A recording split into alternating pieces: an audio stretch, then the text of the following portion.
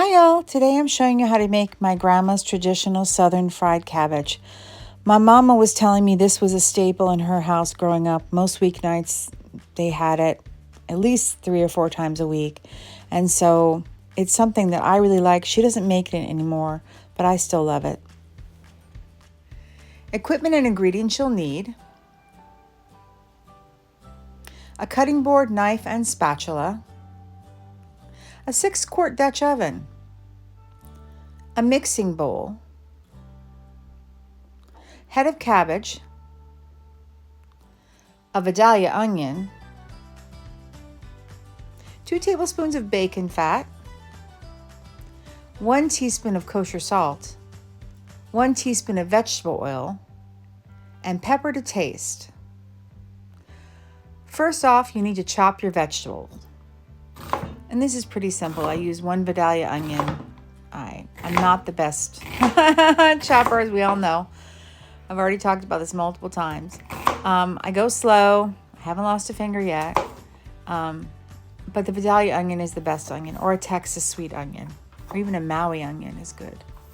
Those tend to be very expensive. And once I've done that, I'm going to put them to the side and then start working on the cabbage. And I chose red cabbage this time because I do like how it looks. My family growing up, it was just green cabbage. It wasn't, your red, purple cabbage. I like how it looks. I like how it tastes too. And once I've got it all chopped up, that's when I start to assemble everything. It just goes really fast, you'll see. The only thing it takes a long time is, of course, the chopping, as it always is, because I am not the fastest dicer and chopper. I'm really not. I try, but I've never, ever been able to go fast. My brother used to go really, really fast. He was an amazing, amazing chef. And I'm just going to put everything in a bowl to the side because the board is getting so full up. So I'm going to put everything to the side and continue on. Sorry I sound so low energy. I'm a little hot. I just was outside trying to weed, and it's really, really hot. It rained, like you know in those summer storms you have in the South. I don't know if anybody else is from the South. I think some people might be, where it gets like so hot that all of a sudden the heavens open up and it just comes down torrential rain. We had that yesterday, but it never seems to, it just seems to evaporate so fast, no matter how heavy the rain comes down. But it's hot again today. I went out there. I was trying to weed, because it's always best to weed when the soil is a little bit wet. It's just easier to use my spoon to get everything up and to rake it back. I use a little, I'll show you in my video on the update of the garden. I just use like this little teaspoon, and I go along and I do it. And I get them up when they're very young. And once I've gotten the cabbage chopped, this is where it comes together very fast. I'm going to heat the Dutch oven over a high heat. And I've already added a teaspoon of oil to the Dutch oven. And I'm just going to add 2 tablespoons of bacon fat. Now, if you don't want to add 2 tablespoons of bacon fat, you don't have to. You can only add, you could just add 1 tablespoon of bacon fat, and it'll be just perfectly fine. This is just what we're used to, so that's why I do 2 tablespoons, but you don't have to do that. You can just use 1 and that'll be fine. You don't even have to use bacon fat, but the bacon fat is what really gives it that really unctuous flavor. And now I'm just adding the sliced Vidalia onion to the Dutch oven. And I'm just gonna cook it till it's translucent. And you'll see it's really on high heat. It's really going very hard at it there. And once I have it translucent, trying to add more light.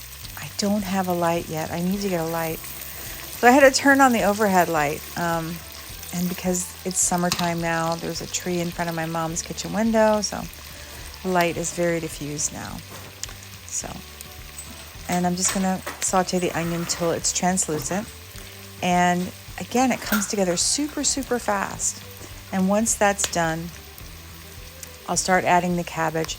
And really, it only takes probably like 15-20 minutes for the cabbage to cook down. It doesn't take that long, because you remember you have it on a high heat. And one of the things I do after I add the cabbage, you'll see, I'm going to add a half a cup of water. And what that does is it just helps, I put the lid back on, it helps steam it and helps cook it faster. And you also don't want anything to burn on the bottom. That's what the water also helps to do. And the cabbage also releases quite a bit of water, so it just helps with the cooking process. And I say add cabbage until done cooking. Really, you want it wilted, and you'll see a picture at the end what you're looking for. And just remember that you got to stir it constantly. You're going to constantly check on it because you don't want it to burn, because that just defeats the purpose, of chopping all those vegetables, all the time you spent doing that. You want it to come out perfect, as perfect as you can be. And I'm just tossing the cabbage in the bacon fat because that's really the flavoring right there. And I'm going to add a teaspoon of salt to it. I think you could have just heard me a moment ago exclaim, "It smells so good." It did smell good. It's incredible. I think it's the combination of the cabbage and the Vidalia onion and, of course, the bacon fat. It's just incredible. We normally serve it with something like maybe a smothered pork chop or even just like baked chicken. It goes with everything. It's really very good. It's a staple in the South. And I've just added a half a cup of water, and that's to make sure it doesn't stick on the bottom. Usually it won't, not with that much bacon grease. And I think I did mention you don't have to add the entire 2 tablespoons of bacon fat. You can just do 1, and that will be fine. Or you can just do all vegetable oil. It's up to you, but the bacon fat does flavor everything. And it cooks between 15 to 20 minutes, and you'll see at the end how it looks all wilted. There you go. It's delicious. I promise you, if you make it, you're going to love it. And you can always make it vegan if you're afraid of the bacon fat.